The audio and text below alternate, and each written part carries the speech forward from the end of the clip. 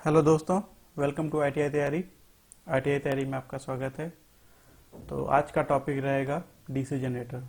तो DC generator कैसे काम करता है, किस प्रिंसिपल पे काम करता है और उसके इंटरनल क्या क्या पार्ट होते हैं और सबका क्या काम होता है, उसके बारे में डिस्कस करेंगे। अगर आपको हमारी वीडियो अच्छी लग रही है तो प्लीज़ हमारी वीडियोज़ को लाइक करें और चैनल को सब्सक्राइब करें। तो चलिए स्टार्ट करते हैं। तो पहले इसके प्रिंसिपल पे आते हैं, डीसी जनरेटर किस तरह से काम करता है। तो ये फ्लेमिंग के राइट हैंड के रूल पे काम करता है। इसको मैंने ट्रिक से याद करने के लिए आपको तरीका भी बताया था कि जो जनरेटर हमारा होता है, जनरेटर को हम लोग मैनुअली जब स्टार्ट करते थे पहले, तो अपने राइट हैंड से उसको गियर को घुमा के उसको रोटेट करना पड़ता था, तो फोर्स देना पड़ता था। तो फोर्स हम लोग हमेशा राइट हैंड से देते हैं। तो उसको हम लोग इस तरह से याद कर सकते हैं कि फ्लेमिंग का ये राइट हैंड का रूल है। ऑटो स्टार्ट आ गया है, सेल्फ स्टार्ट है, आप बटन क्लिक करिए और स्टार्ट हो जाता है। लेकिन आपको पहले वाले की तरह से, ट्रिक की तरह से आप उसको हमेशा याद रख सकते हैं। चलिए बात करते हैं फ्लेमिंग का राइट हैंड रूल क्या है। तो फ्लेमिंग का राइट हैंड रूल है कि थंब पे हमारा मोशन होगा और जो फर्स्ट फिंगर है, इंडेक्स फिंगर, उस पर इलेक्ट्रिक फील्ड की डायरेक्शन होगी और जो मिडिल फिंगर है उस पर हमारी करंट की डायरेक्शन होगी। तो उसका कहने का मतलब ये है कि अगर हम इन तीनों उंगलियों को 90 डिग्री और इसको 90 डिग्री पे रखते हैं, तो अगर हमारी इलेक्ट्रिक फील्ड की डायरेक्शन ये है और अगर हम लोग मोशन जनरेटर को इस तरह से करा रहे हैं, तो करंट की डायरेक्शन कुछ इस तरह से होगी। तो ये हमारे डीसी जनरेटर का एक डायग्राम है। ये आई बोल्ट है हैंडल करने के लिए, और ये हमारा आर्मेचर पार्ट होता है, रोटर पार्ट है, ये हमारा स्टेटर पार्ट है। ये पूरी बॉडी हमारी स्टेटर पार्ट होती है और ये यहाँ पे हमारी फील्ड कॉइल्स होती हैं। तो आप देख सकते हैं ये आर्मेचर कोर है, उसके बाद ये दिया गया पाथ ऑफ मैग्नेटिक फ्लक्स। तो अगर हम लोग डीसी मशीन का जो ये आउटर पार्ट देख रहे हैं, ये वाला पार्ट, तो ये पार्ट क्या कहलाता है, इसकी बॉडी या इसको योक बोलते हैं। तो इसका क्या काम होता है? इसका काम होता है कि मशीन के बाहरी भागों को प्रोटेक्शन देना, मतलब अंदर जितने भी भाग हैं, पार्ट हैं, उनको सबको प्रोटेक्ट करना। दूसरा काम होता है कि मैग्नेटिक फ्लक्स को लिंक कराने का काम करती है, मतलब जितनी मैग्नेटिक फील्ड है वो अपने अंदर से पास होने देती है। अगर बात करें ये किससे बना होता है, तो ये कास्ट आयरन या कास्ट स्टील से बनाया जाता है। यहाँ पे हमारा आर्मेचर पार्ट है, ये इसकी शाफ्ट हो गई, ये पोल्स हो गए, तो फील्ड पोल्स भी बोलते हैं, क्योंकि यहाँ पे हम लोग आउटर सप्लाई देके उसको एक्साइट करते हैं। मतलब यहाँ पे हम लोग सप्लाई देते हैं फील्ड कॉइल, जैसे यहाँ पे आपको दिख रहा है फील्ड कॉइल होती है यहाँ पे, और इन कॉइल पे हम लोग डीसी सप्लाई देते हैं। डीसी सप्लाई देंगे या तो पहले जो छोटे जनरेटर होते हैं जिनको डायनेमो बोलते हैं, तो वहाँ पे क्या होता है कि ये परमानेंट मैग्नेट होते हैं, लेकिन हमें ज़्यादा आउटपुट प्राप्त करने के लिए हमें यहाँ पे कॉइल को एक बार एक्साइट कराना होता है। तो यहाँ पे कॉइल होती है, उसको एक बार एक्साइट कराने के लिए हम लोग डीसी सोर्स से कनेक्ट करते हैं, और जब परमानेंटली जब एक बार स्टार्ट हो जाता है तो इसकी ही डीसी हम लोग इसमें वापस से यूज़ करते हैं फील्ड को एक्साइट कराने के लिए। तो ये हमारा बेड प्लेट है जिसपे ये इसका बेस होता है, जिसपे ये मोटर टिकी होती है। ये आई बोल्ट है जिससे इसको हम लोग कैरी करते हैं, और ये कम्यूटेटर असेंबली है। चलिए नेक्स्ट पे आते हैं। नेक्स्ट क्या इसका पार्ट है, तो नेक्स्ट इसकी पार्ट की बात होगी जो फील्ड कॉइल है, फील्ड कॉइल या फील्ड पोल, इन सब के बारे में। तो नेक्स्ट स्लाइड पे आते हैं। ये हमारा फील्ड पोल कुछ इस तरह से होता है। ये जो फील्ड पोल है इसके बारे में आपको अब डिटेल से बताया जाएगा। ये है फील्ड पोल। तो फील्ड पोल पे क्या किया जाता है, फील्ड पोल पे हम लोग वाइंडिंग करते हैं और उस वाइंडिंग को हम लोग बैटरी या डीसी सोर्स से कनेक्ट करते हैं। तो कनेक्ट करने पे हमें क्या मिलता है, वहाँ पे पूरे उसमें जो अंदर का योक के अंदर आर्मेचर होता है, उस आर्मेचर में जो इसके थ्रू वाइंडिंग के थ्रू जो भी चुंबकीय फ्लक्स जनरेट होते हैं, वो इसमें जो आर्मेचर कॉइल होती है उससे लिंक होते हैं। तो फैराडे के लॉ इसमें यूज होता है। तो फैराडे के इंडक्शन लॉ के थ्रू भी इसमें जो इसकी मैग्नेटिक फील्ड है या इसके मैग्नेटिक फ्लक्स हैं, वो इस फील्ड कॉइल को कट करते हैं। तो कट करने से इस कॉइल में डीसी जनरेट होती है। डीसी एसी तो हम लोग आउटपुट पे किसी भी तरह से ले सकते हैं। अभी इसमें हम ये बोलेंगे कि यहाँ पे एक ईएमएफ जनरेट होता है। तो डीसी लेना, इसी मशीन से हम लोग डीसी भी ले सकते हैं, एसी भी ले सकते हैं, वो भी हम आगे बताएंगे कि किस तरह से ले सकते हैं।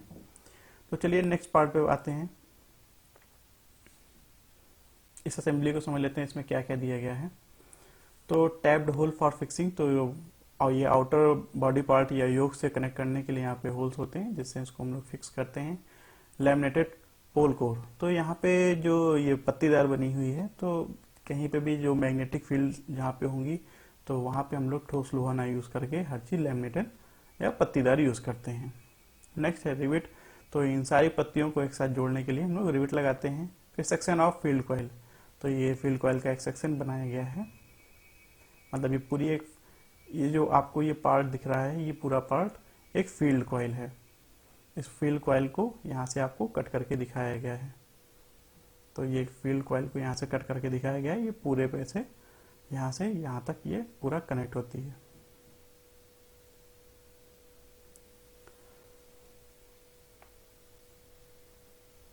तो फील्ड कॉइल का मतलब आप समझ गए होंगे कि फील्ड कॉइल में सिर्फ और मैग्नेटिक फील्ड को हम लोग प्राप्त करने के लिए यूज़ करते हैं। तो इसके जगह पे हम लोग मैग्नेट यूज़ करते हैं, लेकिन जो मैग्नेट होते हैं उनकी जो मैग्नेटिक स्ट्रेंथ होती है वो बहुत कम होती है, चुंबकीय सामर्थ्य वो बहुत कम होता है। तो हम लोग यहाँ पे इलेक्ट्रोमैग्नेट की तरह यूज़ करते हैं। तो ये कॉइल एक इलेक्ट्रोमैग्नेट की तरह वर्क करेगी। चलिए नेक्स्ट पार्ट पे आते हैं। नेक्स्ट पार्ट क्या है? नेक्स्ट पार्ट है हमारा आर्मेचर। जो हमारा ये पार्ट था, बीच वाला पार्ट, ये हमारा आर्मेचर है। तो आर्मेचर कुछ इस तरह से होता है। ये हमारी आर्मेचर की वाइंडिंग है, और वाइंडिंग से यहाँ पे आपके देख रहे हैं, ये इससे एक बार कनेक्ट होते हुए ये आपके इतना पार्ट आपका आर्मेचर है, ये पार्ट, और ये पार्ट आपका कम्यूटेटर है, और ये इसकी शाफ्ट है। तो कम्यूटेटर का ही वर्क है, जो जब हमारा आउटपुट, जब मैग्नेटिक फ्लक्स इस कॉइल को कट करता है, तो कट करने से इन कॉइल में एक ईएमएफ जनरेट होता है। तो ईएमएफ जो होता है वो बेसिकली, अगर उससे आप हम लोग कनेक्ट कर रहे हैं, हम लोग किसी और दो वायर अगर कनेक्ट करके हम लोग निकालते हैं, तो वहाँ से हमें एसी ही मिलेगा। लेकिन ये एक कम्यूटेटर ऐसा पार्ट है जिससे हम लोग डीसी निकालते हैं। तो डीसी निकालने के लिए हम लोग कम्यूटेटर का यूज़ करते हैं। तो कम्यूटेटर को हिंदी में हम लोग दिक् परिवर्तक भी बोलते हैं। तो कम्यूटेटर का वर्क क्या है, किस तरह से काम करता है, तो वो हम समझते हैं कि हम लोग, जैसे ये हमारा एसी सप्लाई यहाँ से हम लोग को कुछ इस तरह से मिलती है, तो हम लोग इस पे जो कनेक्ट करते हैं अपने आउटपुट लेने के लिए, हम लोग यहाँ पे कनेक्ट करते हैं, एक इस साइड पे और दूसरा इसके अपोजिट साइड पे कार्बन ब्रश। ये हमारा कार्बन ब्रश है, तो ये कनेक्ट होते हैं। तो किसी कॉइल से ये, क्योंकि बीच वाला पार्ट हमारा, ये पार्ट, बीच वाला पार्ट हमारा रोटेटिंग पार्ट है, जिससे अगर हम लोग इस पे कोई वायर कनेक्ट करते हैं, अगर यहाँ पे हम कोई वायर कनेक्ट करते हैं, तो क्योंकि बीच में रोटेट हो रहा है तो वायर ऐड के टूट जाएगा, तो हम लोग यहाँ पे वायर का यूज़ नहीं कर सकते हैं। तो इसलिए हम लोग को कार्बन ब्रश का यूज़ करना होता है, जो परमानेंट कॉन्टेक्ट बनाता है इसके साथ, लेकिन वो टेम्परेरी ही रहता है, कंटिन्यू टच में नहीं रहता है। कंटिन्यू टच का मतलब ये है कि वो जुड़ा नहीं रहता है, टच तो कंटिन्यू ही रहता है। तो मैं आपको ये बता रहा था कि ये एसी और डीसी किस तरह से मिलता है। तो उसका आप समझ लीजिए कि जब मैं इसके चारों ओर फील्ड कॉइल लगी होती हैं, इस आर्मेचर के चारों ओर फील्ड कॉइल लगी होती हैं, और फील्ड कॉइल क्या करती हैं, मैग्नेटिक फील्ड जनरेट करती हैं या मैग्नेटिक फ्लक्स जनरेट करती हैं। तो मैग्नेटिक फ्लक्स जब इसको कट करता है, इन कंडक्टर को, जो कॉइल है हमारी, तो उनमें एक ईएमएफ जनरेट होता है। और ईएमएफ तब जनरेट होगा क्योंकि जो हमारा मैग्नेटिक फ्लक्स है वो डीसी के थ्रू जनरेट हुआ है, तो वो स्थिर चुंबकीय क्षेत्र है या स्टैटिक मैग्नेटिक फील्ड है। तो जब तक हम इसको रोटेट नहीं कराएंगे आर्मेचर को, तब तक इस पे कोई भी आउटपुट नहीं मिलेगा कॉइल पे। तो इन कॉइल पे जब ये रोटेट करती है, तभी इसमें ईएमएफ जनरेट होना स्टार्ट होता है। तो ईएमएफ जनरेट में कुछ इस तरह से होता है कि जब ये पोल के सामने होते हैं, तो उस टाइम ये धीरे धीरे स्टार्ट होता है और जीरो से लेके पीक पे ऐसे पहुंचता है जब उस मैग्नेटिक फ्लक्स के जो मैग्नेटिक पोल हैं हमारे, जो फील्ड पोल हैं, उन पोल के जब सामने आता है तो ये जीरो से लेके पीक पे पहुंचता है। फिर उसके बाद जब वहां से हटते हुए साइड से निकल जाता है तब वो वापस जीरो पे आ जाता है। तो ये हमारा कुछ इस तरह से वर्क करता है। तो हम लोग जो कम्यूटेटर लगाते हैं, कम्यूटेटर लगाने के बाद हम लोग ब्रश को, जो कार्बन ब्रश है उसको लगाने के लिए हम लोग देखते हैं कि आउटपुट हमारा पीक पे ही मिले, इस पीक पे। तो कंटिन्यू जब ये एक पीक पे आता है, जब तक ये रोटेट होके वापस इधर, ये जब ये कम होने लगता है इस पोल पे, सपोज करिए इस वाइंडिंग पे ये पीक पे है, और जैसे ही ये वापस इस कॉइल के थ्रू, मान लीजिए कि ये कॉइल आपकी फील्ड पोल के सामने है, तो यहाँ पे आपका पीक पे आउटपुट मिल रहा होगा। तो जब ये रोटेट करने लगती है, सपोज करिए ये रोटेट होके अब ये वाली यहाँ पे पहुंच जाती है, तब तक इसका कनेक्शन यहाँ से टूट जाएगा। तो आपका ये डाउन ना हो करके ये इसके जस्ट बगल वाला ये पोर्शन यहाँ पे आ जाएगा, और यहाँ से हमें फिर से वही आउटपुट मिल लगेगा। तो कम्यूटेटर कुछ इस तरह से वर्क करता है कि आउटपुट हमारा कंटिन्यू पीक टू पीक ही रहेगा। तो हमें यहाँ से प्योर डीसी मिलती रहती है, और जस्ट पीछे वाला इसका जो होता है वो उसकी रिटर्निंग का काम करता है। तो एक साइड पे पीक, दूसरी साइड पे उसकी रिटर्निंग, तो वही हमारा प्लस माइनस एक डीसी सप्लाई जनरेट होती है। तो नेक्स्ट स्लाइड पे आते हैं हम लोग। तो ये आपका कम्यूटेटर होता है। कम्यूटेटर में क्या क्या चीजें होती हैं तो मैं आपको बता देता हूँ। कम्यूटेटर का जो ये पोर्शन होता है ये कॉपर का होता है। बीच में इसमें एक माइका का, मतलब इसको सेपरेट करने के लिए माइका यूज की जाती है, ये जो आप ब्लैक लाइन देख रहे हैं। और इसका ये बीच वाला पार्ट होता है ये बेकेलाइट का बना होता है, और जो ये कॉपर होता है ये हार्ड डाउन कॉपर होता है। तो ये हमारा एसी को डीसी में कन्वर्ट कर देता है कम्यूटेटर। लेकिन अगर यही असेंबली कुछ इस तरह से हो, और आप ये देख पा रहे हैं यहाँ पे ये स्लिप रिंग है, तो ये स्लिप रिंग का काम क्या है, जैसे मैंने अभी आपको बताया था कि ये सिर्फ पीक को ले रहा था कम्यूटेटर, मतलब जो उसके सामने, जो फील्ड पोल के सामने आपकी वाइंडिंग आती है, तो वो सबसे ज्यादा मैग्नेटिक फील्ड कट करेगी। तो ये सबसे ज्यादा ही मैग्नेटिक फील्ड कट करने के कारण वहां पे उस कॉइल पे मैग्नेटिक फ्लक्स ज्यादा कट होता है, तो ईएमएफ उस कॉइल पे ज्यादा जनरेट होती है, तो ये उसके सामने से आउटपुट लेता है। लेकिन स्लिप रिंग का क्या है कि ये आप देख पा रहे होंगे यहाँ पे कार्बन बुश लगे हुए हैं, 1 2 और 3। तो ये कार्बन बुश लगे हुए हैं। यहाँ पे ये 3 फेज का दिखाया गया है, सिंगल फेज में भी इसी तरह से रहता है, 2 रहते हैं उस पर। तो यहाँ से आप देख पा रहे हैं कि आप में ये सारी कॉइलें इसके थ्रू कनेक्ट हैं, इस पे ये स्लिप रिंग है, इससे कनेक्ट है। और यहाँ पे हमें इसका पीक भी मिलेगा, जीरो भी मिलेगा, और सारा जो भी कॉइल इसके सामने से, सपोज करिए फील्ड कॉइल पहले दूर थी तो यहाँ पे जीरो था, उसके जैसे पास आती आएगी वैसे वैसे पीक पे होता जाएगा। जब बिल्कुल सामने आएगी पीक पे होगा, और फिर जब हटने लगेगी तो जीरो होते होते ऐसे कुछ आपको सप्लाई मिलेगी, अल्टरनेटिंग करंट। तो होपफुली आप समझ गए होंगे इसको। तो बात करते हैं थोड़ा कार्बन ब्रश की, इसकी क्या प्रॉपर्टी होती है। तो कार्बन ब्रश को कार्बन ब्रश इसलिए कहा जाता है क्योंकि ये कार्बन का बना होता है, तो ये पार्ट हमारा कार्बन का बना होता है। बड़ी क्षमता के जो जनरेटर होते हैं, तो वहाँ पे कार्बन की जगह पे हम लोग तांबे का भी यूज करते हैं, जो तांबा और कॉपर का मिक्सिंग होता है। और जो ये कार्बन के बने ब्रश जो हैं वो थोड़ा सॉफ्ट होते हैं और ऑटो लुब्रिकेटिंग होते हैं, मतलब ये इनमें आपको लुब्रिकेशन लगाने की जरूरत नहीं है बीच में, ये ऑटो लुब्रिकेंट होते हैं, जिससे हमारी कम्यूटेटर या स्लिप रिंग घिसे नहीं जाता।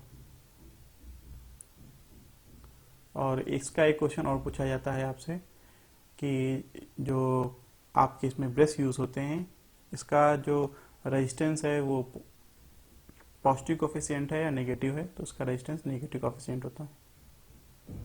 आर्मेचर की डिटेलिंग कुछ करते हैं। तो आर्मेचर में ये जो बना होता है, ये भी आप देख पा रहे हैं, सिलिकॉन स्टील का होता है ये सिलिकॉन स्टील की प्लेटों से बना होता है, मतलब पत्तीदार होते हैं, ये भी लेमिनेटेड होते हैं। तो लेमिनेटेड होते हैं ये भी। तो लेमिनेटेड होने का रीज़न आपको मैंने पहले ही बता दिया है कि लेमिनेटेड होने से इसमें ईडी करंट लॉस कम होता है। तो ईडी करंट लॉस क्या है, अगर आपसे कोई पूछे तो ईडी करंट समझिए पहले। तो जब किसी मैग्नेटिक फील्ड में कोई भी कंडक्टर बार बार आता है और जाता है तो उसमें क्या होता है, कुछ हीट जनरेट होना चालू होती है, ईएमएफ भी आता है और साथ में कुछ हीट जनरेट होती है। तो उस हीट को कम करने के लिए हम लोग इसको पत्तीदार बनाते हैं। अगर ये ठोस होगा तो इसके अंदर हीट का एक एक्सप्लोजन होगा, बहुत ज़्यादा हीट हो जाएगी, जिससे हमारी कॉइल डैमेज हो सकती है, कॉइल बर्न हो सकती है। तो इसलिए हम लोग यहाँ पे लैमिनेटेड और पत्तीदार यूज़ करते हैं। तो एक तो ये इसका मेन मोटिव होता है। अब इसकी वाइंडिंग की बात करते हैं। तो वाइंडिंग में इसमें लैप वाइंडिंग होती है और वेव वाइंडिंग होती है। तो लैप वाइंडिंग क्या है, वेव वाइंडिंग क्या है, थोड़ा इसको डिटेल करते हैं। तो ये लैप वाइंडिंग है और वेव वाइंडिंग है।